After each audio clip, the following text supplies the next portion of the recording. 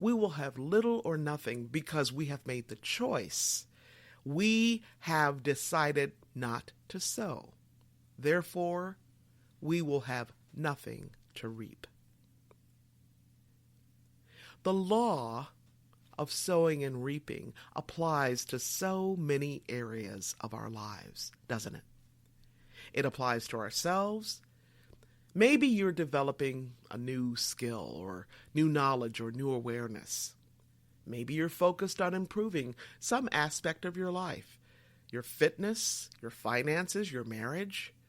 It applies to our relationships with everyone, our spouse, our sisters, our brothers, our parents. Or perhaps, you're raising young children. Or perhaps your children are now grown and you have an empty house or an empty nest. Sowing and reaping applies not only to ourselves and our family life, it also applies to our work, to our teams, our staff, our boss, our board, our organization. Whether you're working as an entrepreneur like me, or you work for a corporation, a nonprofit, the government, an NGO, a school, a church. Maybe you're a project manager. Maybe you plan events, conferences, programs. Or perhaps you work in healthcare as a doctor or nurse or a physician's assistant. Maybe you're planning a garden or building a home or planning a wedding or a bar mitzvah. Or maybe you're planning a meal for your family. The law of sowing and reaping applies. Now, I want to take a closer look at sowing and reaping. There's actually a law about reaping. That's right, a law just about the harvest. This law is all about actions and consequences. This law says, you harvest what you sow. It also says you harvest what you sow in kind. And this law also says you harvest more than you sow. Okay? So that's what the law of the harvest says. Again, this law is about actions and consequences, about cause and effect. In fact, some folks refer to the law of the reaping, the law of the harvest, as the law of cause and effect. But I like the law of the harvest because that's from God. And I'm going to use the language from His Word, which is all about harvest. Now, there are lots of interpretations, both negative and positive interpretations of this law. So I'm going to focus on the positive, okay? So today we'll shine the light on the positive interpretations of this important law. This law says that no matter where you live, if you plant seeds in good soil, and if you tend to those seeds with loving care, you can and will have a harvest. But what kind of harvest? Well, that's the question, isn't it? As I mentioned earlier, the law of the harvest says these three things. Now, they sound similar, but they're very different. Okay? So write these down, and then I'm going to say a little bit more about each one of them. The first thing this law says is you harvest what you sow. Number 2, you harvest what you sow in kind. And then number 3, you harvest more than you sow. So let's look at each of these parts of the law. First of all, you harvest what you sow. Now, this part of the law says that whatever you plant, okay, whatever you put in the ground, whatever you water and nurture, whatever you put out there into the world in terms of your ideas, your books, your teachings, your whatever that happens to be, right? Building a team, okay? All of those things that you put out there come back to you. So this is a very basic understanding, a very basic aspect of the law. The second aspect of the law is you harvest what you sow in kind. Okay? Now, this part of the law is more specific. So, the first part says that what you plant will come back to you. This part of the law says that not only will it come back to you, but what you sow, what you plant, what you put out there will come back to you in kind. This simply means that if you want to harvest potatoes, then you plant potato seeds, right? If you want to harvest pumpkins, then you have to plant pumpkin seeds. If you want love, then you sow the seeds of love. You offer someone a hand. You offer someone the encouragement of your warm smile or words of edification and upliftment and encouragement. What you put out into the world will come back to you. What you say to a coworker or your child or a team member or your parent or a friend or a neighbor will come back to you in kind. So you must be deliberate, thoughtful, and intentional about what you put out there, because the essence of what you sow will definitely come back to you. Now, listen to me very closely. I want you to hear this. What you put out to a particular person may not come back to you from that person. In fact, it is very likely to come from or through somebody else, right? And what you put out there may not come back to you today or tomorrow or the next day or whenever you might be expecting it. But let me tell you, it will come back. It will come back to you in some future time, some future moment, perhaps from a total stranger.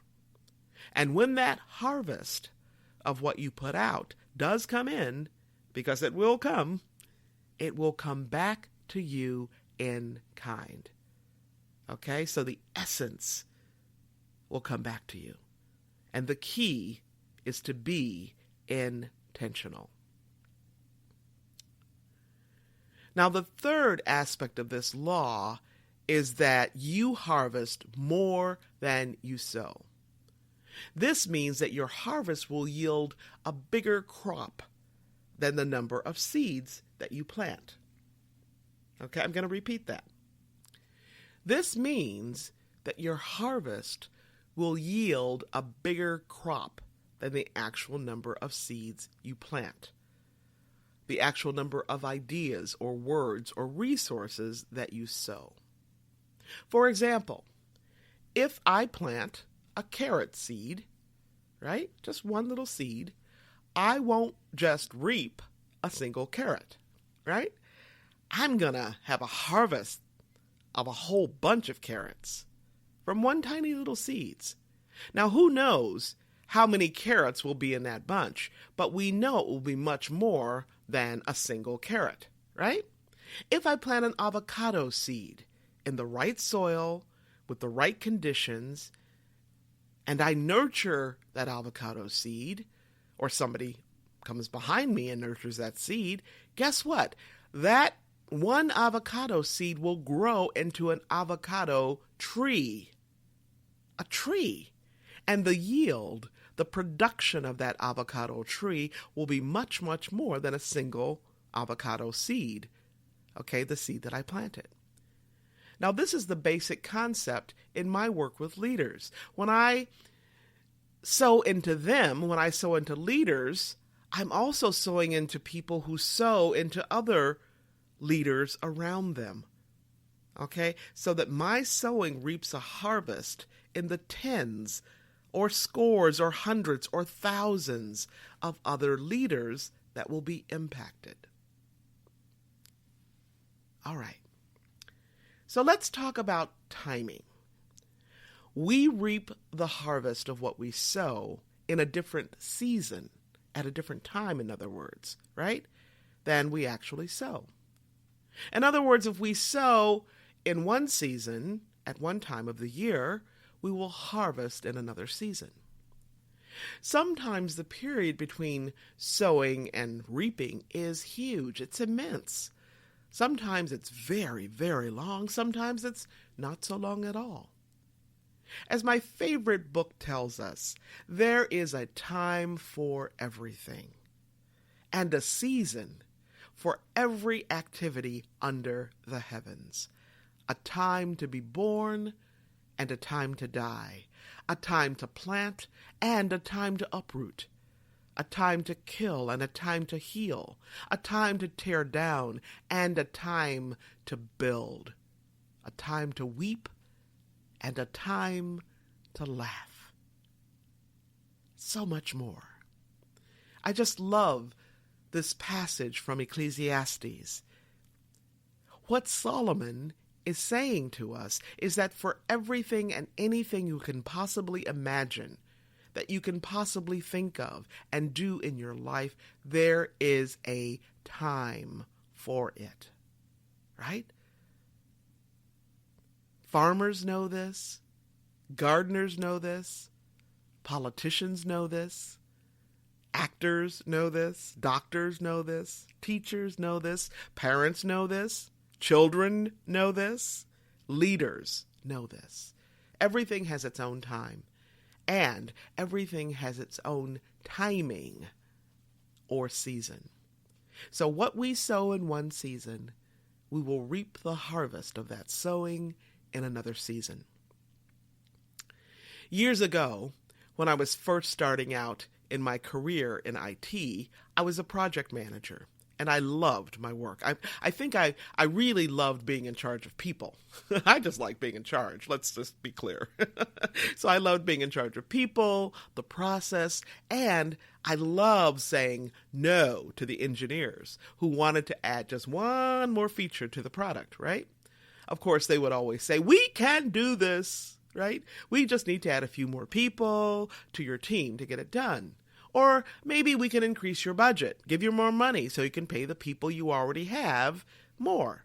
Or maybe we can just buy you more equipment or whatever, right? And I would calmly listen to their request.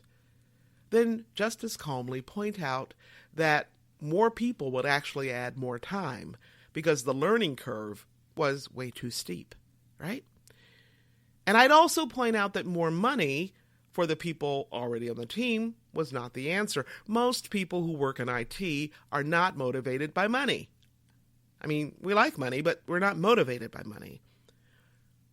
They're motivated by more interior things like solving complex problems, right? So I would ultimately pull out my ace card, right? And I'd simply say something like, no matter how much money or people or equipment you add, it still will take 9 months to have that baby, right? Okay?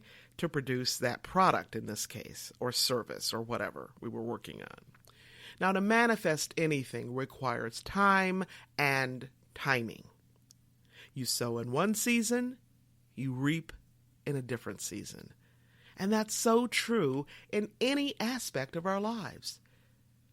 Dancing visionary and pioneer Martha Graham likens dancing to the art of living. And both, she says, require years of practice and development. In her autobiography, Blood Memory, Graham points out that we learn to dance by practicing dancing. And we learn to live by practicing living. She says, in dancing and in living, the principles are the same. Each is the performance of a dedicated, precise set of acts, physical or intellectual, from which comes the shape of achievement, the sense of one's being, the satisfaction of spirit. You know what? For dancing and for living, we learn what we need to know through practice, which requires thousands upon thousands of repetitions. In fact, the thousands of repetitions are the seeds we sow to reap the harvest of becoming a dancer. In daily living, you learn and master walking, talking, and feeding yourself over several years of practice.